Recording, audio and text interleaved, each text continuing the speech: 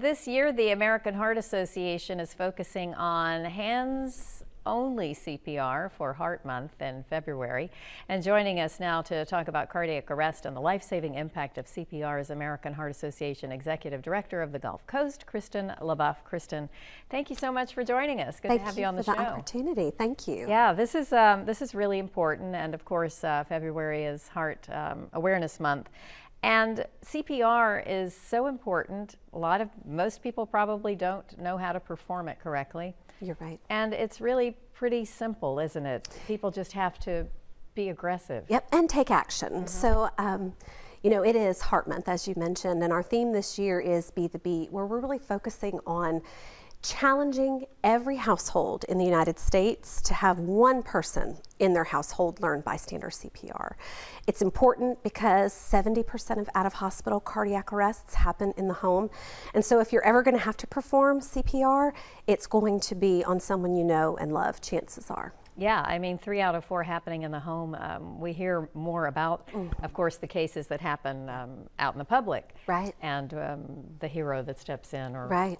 Hopefully in that case. But most of these things do happen in the home, and you may not have time to wait for an ambulance. But the first thing you do is call 911, right? Absolutely. You're going to call 911 first, and then you're going to immediately press hard and fast in the center of the chest, and doing the hands-only compressions. You don't, for bystander CPR, you don't need to worry about the breaths and all of that. You just need to press hard and fast in the center of their chest, 100 to 120 beats a minute.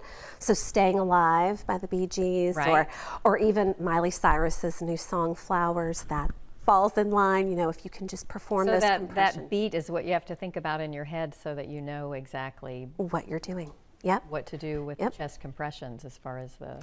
Absolutely. Okay, and that's really important. So think of the Bee Gees Staying Alive, but hopefully you won't have to. But again, it's pretty common. Right. Well, and you just never know. And more than anything, being prepared to take action is so important. We saw how immediate CPR can save lives with Damar Hamlin, and even there was a story this weekend at Pebble Beach at the Pro-Am where one of the caddies went into cardiac arrest, was given immediate CPR, and was transported to a hospital. So sure, it happens. It's sudden cardiac arrest. Right, and it's important to take action and know what to do in that kind of situation. And one thing I found interesting in this information that came from you guys is the fact that people are less likely to perform CPR on women. Yes. They're a little more uncomfortable with that. Right. Well, they don't want to be accused of inappropriate touching. They don't want to, they think maybe it could be an emotional response. Bottom line, if someone is in cardiac arrest, they're not breathing, they're not responding, no matter what. You need to work to save their life. Right. Okay.